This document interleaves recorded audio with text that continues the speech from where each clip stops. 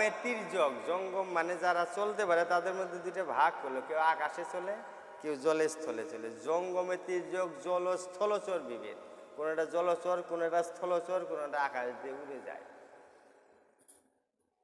এই যে ভাগ করলো স্থাবর জঙ্গম, জঙ্গমের মধ্যে তির্যক, জলচর এবং স্থলচর, তার মধ্যে মনুষ্য জাতি অতি অল্পতর। তার মধ্যে আমরা মানুষ হচ্ছি অতি অল্প। দেখবেন একটা জায়গায় যদি এক ঝাঁক পিঁপড়ে থাকে, মানে হাজার হাজার কোটি কোটি মানুষ। কয়টা আছে দুনিয়ার, কতটি মানুষ গুনে ফেলাইছে সরকার।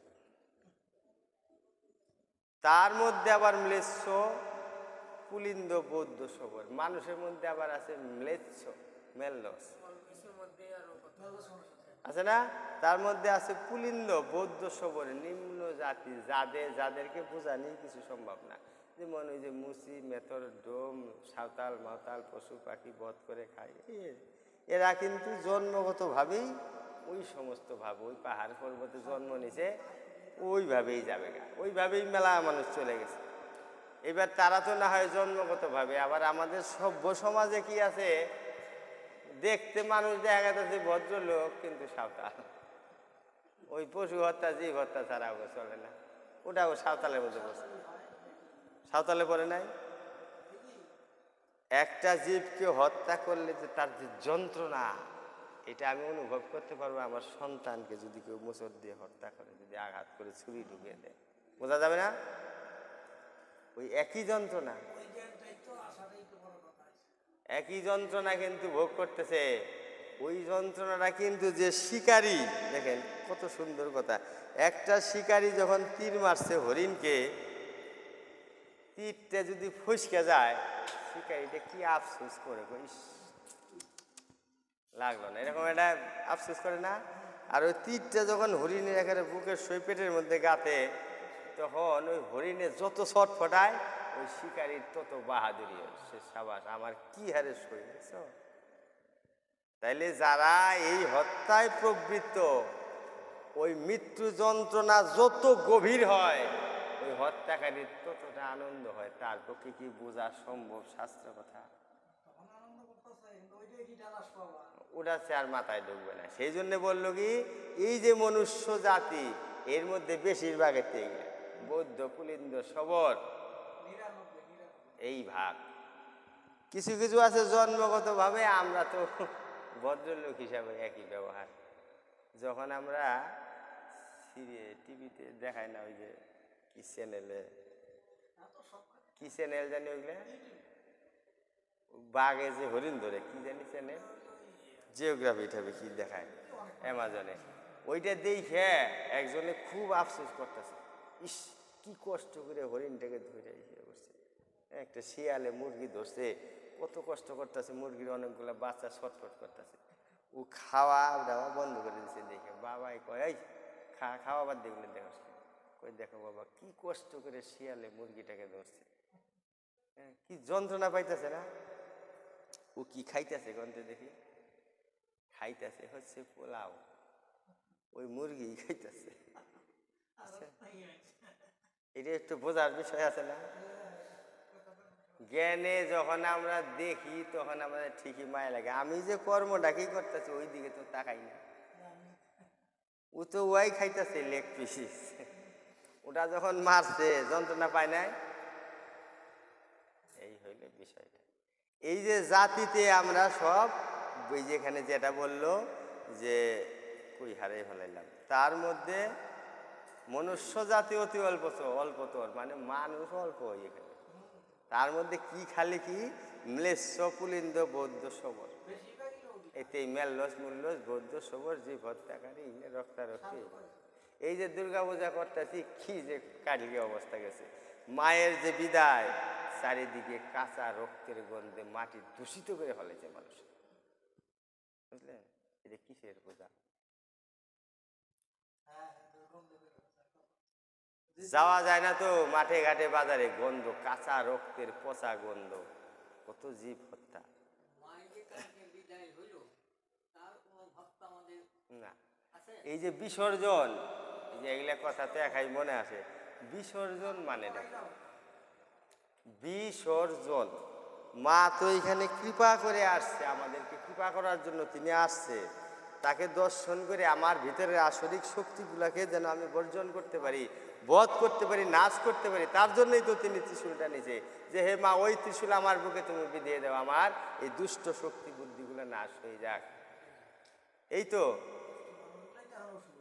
এইবার যখন আমরা বিদায় দিয়ে দিলাম, মাকে বিসর্জন চলে যাবে, এটা পুরো বিশ্বাস বেদনার দিন।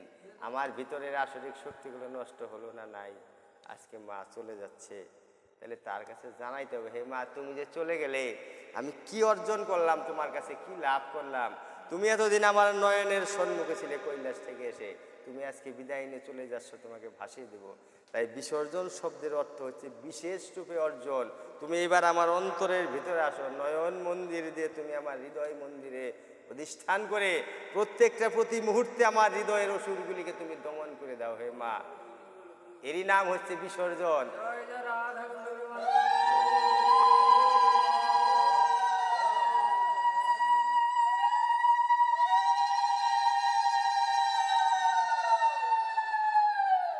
বিসর্জন মানে শুধু ঠাকুর ডুবে হই হুল্লা করে নাচা পিছে না, কিন্তু এটা নাচা পিছের সময় না, এটা দুঃখের সময়, এটা বেদনার সময়, তার কাছে আবেদন নিবেদনের সময়।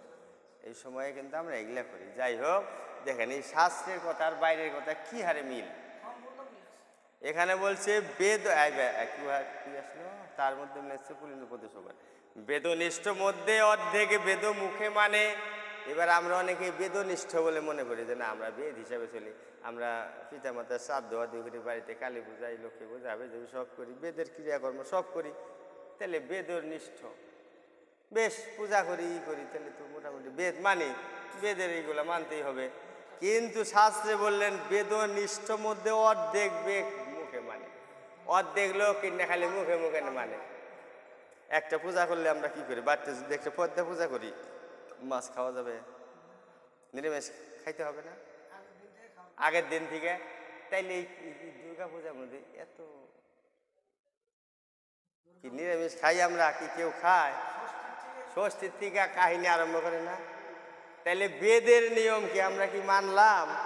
এই দেখেন কি বলছে, অর্ধেক মুখে মুখে মানে আর কি, আর অর্ধেক আছে কি সবাই যে করে তা কিন্তু না, আমি সবাইকে বলি না, অনেকে আছে নিয়ম নিষ্ঠার সঙ্গে করতেছে, করুক।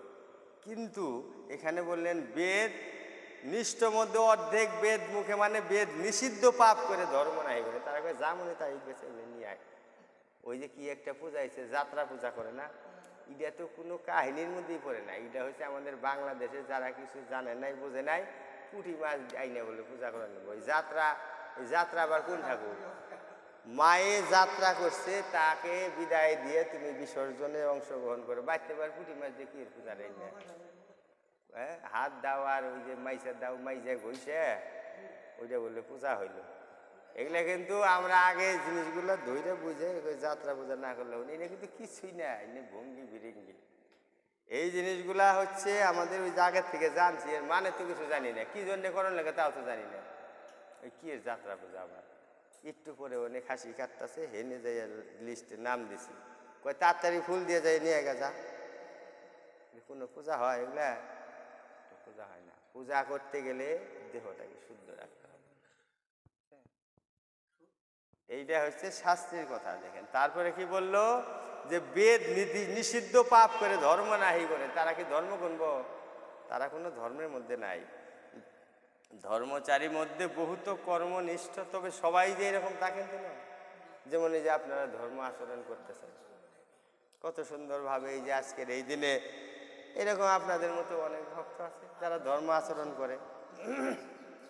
এই সব দিকটাই আমাদের জানতে হবে যে ধর্মচারীর মধ্যে বহুত কর্মনিষ্ঠ। এবার এই যে ধর্ম আচরণ যে আমরা করে নিজেকে ধার্মিক মনে করছি, কিন্তু নিষ্ঠা আবার সবার ভিতরে নেই।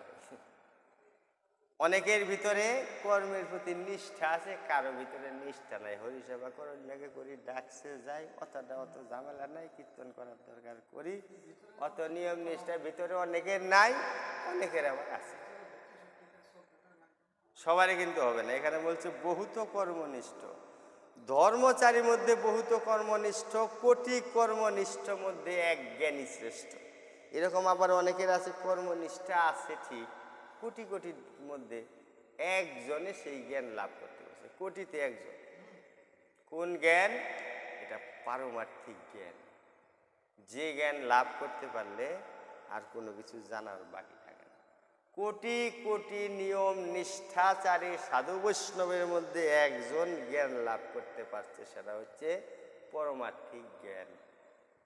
আর কর্মনিষ্ঠার মধ্যেই তো আমরা যেতে পারলাম না, ওই জ্ঞানের তো জায়গা বহুত দূরে, নিষ্ঠার মধ্যেই তো যেতে পারলাম না। এইরকম নিষ্ঠার মধ্যে যাওয়ার পরে বলছে কোটি নিষ্ঠার মধ্যে এক জ্ঞানী শ্রেষ্ঠ, একজন যে জ্ঞানী হবে সেই শ্রেষ্ঠ। এই জ্ঞানটাই হচ্ছে আমাদের খুব অভাব। জ্ঞানের জায়গায় গেলেই আমরা চালাকিটাকে অবলম্বন করি, চালাকি করে সাইড হয়ে পিছলে যাই, আমার জায়গা ঠিক, আমি ভালো, আমার সব ঠিক আছে ওই জায়গায়। কিন্তু পারমার্থিক জ্ঞানের জায়গায় কিন্তু খুব কঠিন। ভক্ত সমাজে গেলে ওই জায়গায় ওই একই কম্পিটিশন। ভক্ত সমাজে যখন চলে যাব, ভক্ত বৈষ্ণব সাধু গুরুর সমাজে গেলে ওই যে জ্ঞান, ওইখানে জ্ঞানটা কোথায়, ওই এই জ্ঞানে চলে যায়। পারমার্থিক জ্ঞান থেকে বাইরে কার কত পদ মর্যাদা ক্ষমতা ও প্রতাপশালী, কে কত ভক্ত আছে, কার কত জোর, এইগুলোই তো জায়গা। তখন কি হয়, ওই যে পিছিয়ে পড়লো, অজ্ঞানের জায়গায় পড়ে গেছে। সেই জন্য বললো যে কোটি কর্মনিষ্ঠ মধ্যে এক জ্ঞানী শ্রেষ্ঠ। তারপরে কি বললো, কোটি জ্ঞানী মধ্যে হয় একজন মুক্ত।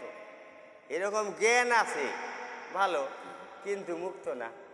মুক্ত কিরকম, যে পাখির মতো পাখা মেলে উড়ে যেতে পারবে, যার কোনো জবাবদিহি করার কৈফিয়ত দেওয়ার কোনো প্রয়োজন নেই, তাকে বলা হয় মুক্ত। তা আমি কি মুক্ত? জ্ঞান আছে, সবই আছে, নিষ্ঠাও আছে, ভক্তিও আছে, সাধু হয়েছি, গোসাই হয়েছি, শিষ্য আছে, সবই আছে, কিন্তু আমার ডাক দিলে কোনো যে না, আমি তো পাবো না বাবা কালকে, আমার তো ঝামেলা আছে। তাহলে আমি কি মুক্ত?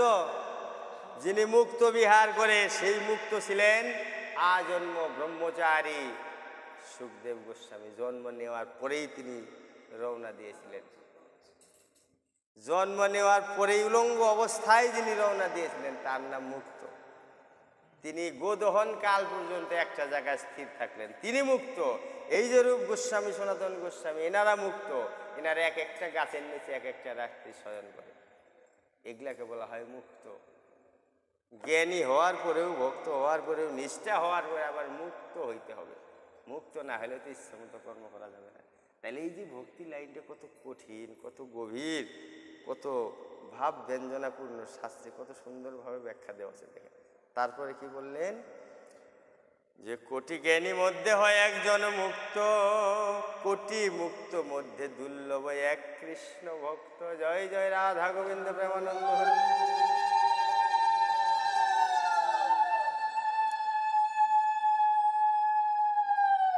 যে ভক্ত বলে নিজেকে হয়তো আমি মনে করে থাকি কোনো সময়, এখানে বলেন এই যে মুক্ত যারা আছে তারাই যে কৃষ্ণ ভক্ত, তাও তারাই যে বৈষ্ণব, তাই না। মহাপ্রভু নিজে স্বীকার করে গিয়েছিলেন যে বৈষ্ণব হইব মনে ছিল ভরসা, তৃণাদপি শ্লোকে আমি পড়ে গেল, নিজেই বাদ করে দিতেছে। তাহলে কোন জায়গায় এই ভক্তের স্থান, এই ভক্তির স্থান, কৃষ্ণ ভক্ত কাকে বলে? নিজেই বলছে আমি বাদ করে গেছি। তাহলে কিরকম জায়গা এটা, যে জায়গার অনুশীলনটা আমরা করার চেষ্টা করছি, যে কোটি মুক্ত মধ্যে দুর্লভ এক কৃষ্ণ ভক্ত। এরকম কোটি কোটি মুক্তর মধ্যে একজন দুর্লভ কৃষ্ণ ভক্ত, যাদের নাম এই ভাগবতে লিপিবদ্ধ হয়ে গেছে। মহারাজ ভক্ত প্রহ্লাদ, ধ্রুব, এরা সেই জায়গাটার মধ্যে পড়ে। এরা হচ্ছে কৃষ্ণ ভক্ত, যাদেরকে রক্ষা করার জন্য স্বয়ং ভগবান সেখানে দৌড়ে আসতে বাধ্য হয়। ভক্ত প্রহ্লাদকে রক্ষা করার জন্য তাকে কত কষ্ট করে, মানে মারার জন্য কত যন্ত্রণা দিয়েছিল, কোনোভাবে কি সম্ভব হয়েছে? কারণ তারা ভক্ত, কৃষ্ণ ভক্ত। ওই জায়গাটাই ভগবান ভক্তের কাছে বাধা, বারবার তাকে ছুটে আসতে হয়। যখন ওই যে নৃসিংহ মূর্তি ধরল, সিংহ মানে মুখটা সিংহ, তাই না? সবাই মাথাটা সমস্ত মানুষের মতো হয়, নরসিংহ। তাহলে এই যে মূর্তিটা ধরলো, স্তম্ভের ভিতর থেকে বেরিয়ে এসে হিরণ্যকশিপুকে পেট উদর বিদীর্ণ করলো প্রহ্লাদের কথায়, কিন্তু তারপরের কাহিনীটা কি আছে এটা জানতে হবে বেদের থেকে। ওইটুকুই জানলাম। তারপরে কি করছিল একটু দেখবেন সিরিয়ালে, ওই যে নারী ভুড়ি আছে না, এগুলা কিন্তু মুখে দিতেছে, খাইয়ে ফেলাইতেছে না, এটা দেখা গেছে কি সিরিয়ালে। এর ব্যাখ্যাটা কি? ওইটা খাইছে কেন খাইতেছে? সিংহ বাঘ অর্থ ওইটাই ধর্ম, ওই জন্য খাচ্ছে। কিন্তু এখানে যে লীলায় তত্ত্ব দর্শন করাইলেন সেটা হচ্ছে তিনি দেখতে চায় ভগবান ওই নরসিংহ মূর্তিতে, ওই জন্যই ধরছে। নইলে তো এমনি যে কোনো একটা মূর্তি ধরে এটা আচার দিলেই তো শেষ, তার তো কোনো অশক্তি নেই। তিনি ওই নারী ভুড়িতে লেহন করে আস্বাদন করে চুষে তিনি দেখতে চাইল যে যার উরসে এমন ভক্ত জন্ম হতে পারে, এই ভক্তের সেই নারের মধ্যে, সেই বিন্দুর মধ্যে কি আস্বাদন আছে আমি একটু দেখতে চাই, জানতে চাই। সেই জন্য সে ওই সিংহ মূর্তি ধরলো। এমনি মানব মূর্তি ধরে তো আর নারী ভুড়ি রক্ত শোষণ করা যাবে না। ওই পেট চিরে তার নারী ভুড়ি সব আস্বাদন করে দেখতেছে যে এই নারী ভুড়ি, এই নারীর থেকে এই বীর্য শক্তি গিয়েই তো এই ভক্ত প্রহ্লাদ তৈরি হয়েছে। কীরকম তার নারের মধ্যে শক্তি, সেইটা আমি একটু দেখি, আস্বাদন